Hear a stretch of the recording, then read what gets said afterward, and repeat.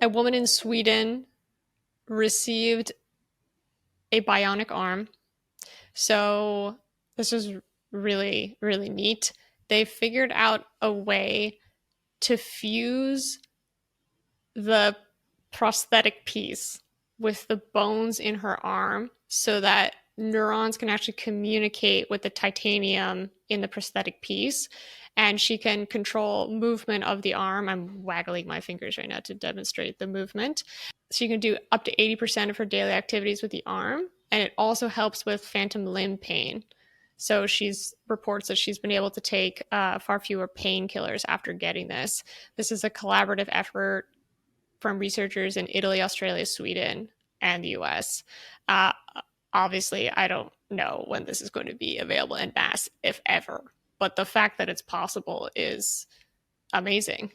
So this has been the culmination of decades of work. Some of the largest companies in the world are now spending billions of dollars on these kinds of research and technologies. Facebook Meta is one. One of the things they're doing, oddly enough, for their VR and metaverse work is to create neural pathways to control physical activity, which in the case of Meta may have more entertainment and communications applications rather than the one you've just talked about, which is actually controlling a prosthetic.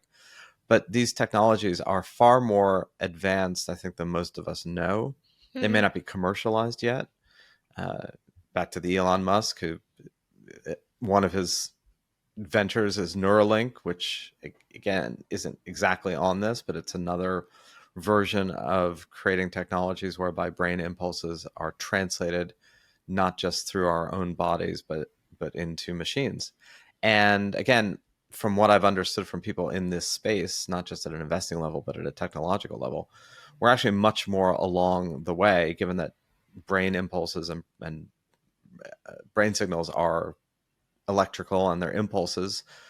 We've obviously created massive technological advances with machines that function with electronic impulses. So it's not as complicated as some other things, but the commercialization and the implementation, combined with the fact that there is a legitimate hesitancy to experiment, to try out these prototypes on humans, right? That's one of the great problems of this. There's no sort of crash test dummy version of this, so it's both the commercialization and the implantation and implementation that is a hurdle to these things. But I think it's going to happen a lot more quickly than we think. Now, that may be for a lot of people a scary prospect, not a hopeful prospect. Yeah, that's what I was just thinking, that to a lot of people, the thought of getting linked up to a machine is 100% dystopian. And you think to yourself, like, why would I want to get hooked up to a machine? Well, if your arm was chopped off in a farming accident and you are addicted to painkillers, you would, right? And I actually, honestly, had never thought about that link before until seeing this and thinking, like, wow, actually, that sounds like a huge improvement in life for this person. How cool. And again, it kind of depends on what cultural moment you're in. So when I grew up in the 70s and these shows, The $6 Million Man and The Bionic Woman, we thought, oh my God, this is so cool, right? It will give people huge powers. It'll save their lives. And then we've gone through a multi-decade period where it's much more RoboCop and Terminator and Mm. all the cyborg fears that this is going to create monstrous fusions of human and machine. So both are possible outcomes of these technologies.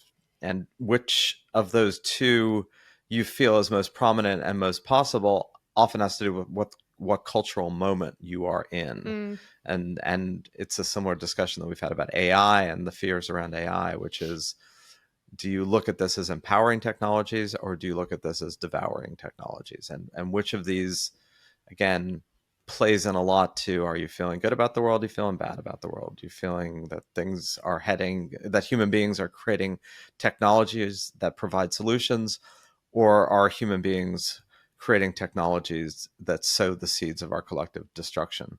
And like, the old canard about a hammer, it can build a building or kill a person, and it's a neutral tool that can do both, is magnified for these technologies, but the essential reality remains that they can either empower and do great good, or they can destroy and do great harm. And it will be up to us to figure out which of those, which is similar to the conversation we just had about smartphones and technology and communication devices. Mm. I'm just curious if you could choose to be hooked up into a machine, what machine would you choose? It's a really good question. I mean, I was really into the running fast, particularly with crapper knees now. That's like, if you could give me a bionic knee tomorrow, I Mm. would, totally do Mm. that That's a in a good answer. heartbeat, in a moment, without question, if I knew that it would work Right. That there are no side effects.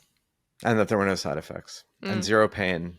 And it would be like outpatient, like I'd go in the morning and sprint out in the afternoon. Hmm. I think I would choose a hip or a sewing machine. That would be really cool. Wow. Cool. You have like a sewing arm. Yeah, I mean, think about it, like I am a lover of fashion.